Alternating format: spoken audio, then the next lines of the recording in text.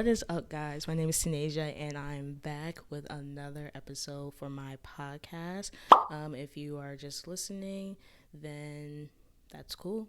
If you get the video and you're listening, that's even better. But whatever is best for you, then, do what you gotta do. But again, we're back with our second podcast. So if you didn't check out the first one, which is basically about following your passions, me kind of, introducing myself a little bit, then definitely go check that out. And on this podcast, this episode, I'm actually announcing what I'm going to call it. I'm going to call it the LifeGenix Original. You know why? Because we produce and we create what we want to do in our lives, and we don't let other people do it for us. Yo, that sounds bad nice, right? It sounds lit. So that's what my podcast is going to be called, LifeGenix Original. I love it. It sounds cool. Whoever doesn't like it, really doesn't matter what you think. But anyways, I definitely think it has a nice ring to it, and it just sounds good. So that's what we're just going to call it from now on. So let's move on. So I got a couple notes. I know I didn't really use my phone last time when I definitely said I was going to use it, but let's definitely get into it. So actually, I'm just gonna, talk a little bit more because in the first episode, I didn't really talk about what I like, a little bit about myself. I just basically said how old I was, which is basically anything. So currently, my job right now is I am an assistant basketball coach at a prep school. So basically, kids internationally come here, and as well as, American kids as well, that, giving them better opportunities to get scouted by coaches and get them those scholarships so, maybe they could go to school for free and also just to better their skills. So I'm a coach as well as I do teach a couple of classes, and I am an RA, which is a residential assistant. So basically I'm here 24/7. I live here, and I watch over the girls and stuff. So that's my job's very hectic, especially yesterday. So let me talk a little bit about yesterday. So we went to Maryland, and basically that's a 6-hour drive. Yes, we drove there. So my head coach Devin decided we were just gonna drive there, and then we're gonna come back. So we literally got up and we left at 4 a.m. in the morning. 4 a.m. So that means I had to go to bed basically kind of early the day before, Friday. So sorry. So had to get up really early, and I had to go to bed early the night before, and it wasn't actually that bad with me like getting up, but I had to wake up like 3:10 because I got to make sure the van that we were traveling in was, nice and warm for the girls, and making sure everybody was there and everything, being prepared before we left. So, yeah, we definitely went to Maryland, and we went to Maryland for the girls to give them, better opportunity to kind of see what kind of competition, they might see in college, and, getting them that experience to basically play against other people. And a lot of college coaches do come to see these girls play, so I think it was a good opportunity for them to see, like, we saw a little bit of our strengths, we saw a little bit of our flaws and what we need to work on, and that's fine, and we just want to make our team as best as we can. So the thing is, we literally had to drive all the way back. So right after the game, got in the van, we stopped to eat for like an hour, and then literally on our way back. So we went through New Jersey, went through New York, and we did not get back to basically 1:30 a.m. this morning. So I literally was just exhausted. I know definitely my head coach Devin, he was very exhausted because he drove basically all the way there, and basically majority of the way back I drove for probably like an hour and 30. But yeah, so it was a long day.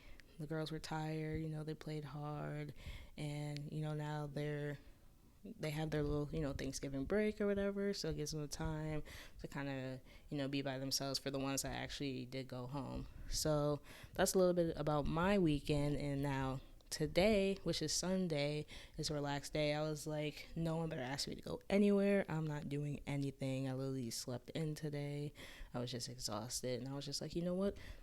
It's a perfect time to literally do another episode of my podcast, make a video. So, here we are. So that was just a little, overview about what I did this weekend. But let's definitely get to what we were going to talk about today. So I, hear a lot of things, especially I used to say personally myself about, I wish I had a different family and how I wish we could choose our families. But the thing is, you actually can choose who your family is. And let me explain. Family doesn't always naturally mean blood, right? Blood related. Obviously, you have family members that, you are related to by blood, like your mom, your dad, your aunt, your cousin. But we do consider, friends, family, right? Certain co-workers, family. Like, because, not a lot of people grew up with a supportive family or in a supportive environment where they were able to, go do stuff that they're passionate about or have those opportunities or have people believe in them. And that's the main thing that people need sometimes is a support system. So if you're not really getting that support from, certain people, especially people that are your blood family, it kind of, brings you down, especially if you're in that environment. And like maybe little things that they say is like always negative, or you can't do this, or let's be realistic. At the end of the day, you don't need those people around. Like, obviously, it's kind of harder when you're younger to kind of, have that type of mindset that you don't need them around. But as you get older, you can, branch out and actually surround yourself with people that believe in you and maybe have the same type of motivation and determination as you do. And those people, okay, they'll always be your family, but you can support from a distance.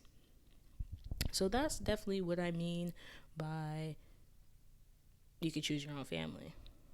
So for an example, like personally, my family sometimes we just kind of, we have personal problems going on and just getting caught in that vicious cycle of always having that mindset, I'm going to do this because we're family. No, that's your own choice. We all have choices in life, and just because somebody is our family doesn't mean we necessarily need to do it because they are our family member. That just literally just sounds crazy. And just from experience of doing that over and over and over, especially if your family is like dysfunctional like mine, like it's draining. It's literally so draining. You get overwhelmed. Personally, I got overwhelmed, started, having some type of depression, anxiety, just not being myself, like gaining all this weight, just doing stuff that I just wasn't okay with doing. And this cycle didn't just last for 5 minutes. It lasted for a couple of years till I decided that, enough is enough. And I want to break that cycle of just stop doing things because you are my family. And it's really important to understand that you have to put yourself before anything. You have to put yourself before anything. So if you are in that type of environment, whether it's just your environment, your family, you got to change it. You have to change the environment and be around people that actually support you and don't drain your energy and don't have you overwhelmed, don't have you feeling like you have to do something for them because you're family. Like, no, that's not how it works. Because you know what? If you keep doing that, then you're going to get burnt out. You're going to get burnt out. And trust, I've been burnt out a lot. And you know what? I finally put my foot down, and you're going to get some retaliation. You're going to have people that don't agree with what you're doing, but like, it's your life. It's your choice. If you choose to not want them to be as part of your life as they were before, then that's your choice, and that is okay. Your family's not going to understand a lot of things. Usually they're older, so once you're older, you're kind of like in your ways.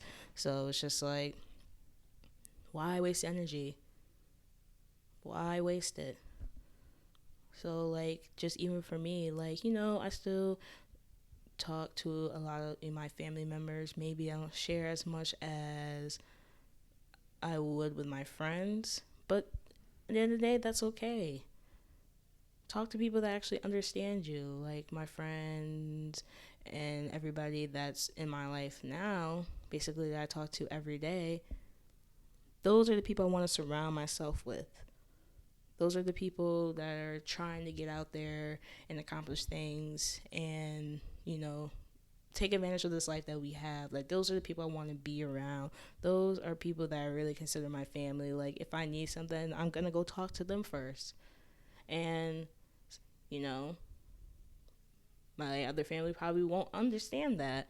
But again, that's okay. I don't have to explain myself. You don't have to explain yourself. Nobody has to explain themselves to other people. But the main point of this is that you can choose who you want to be part of your family.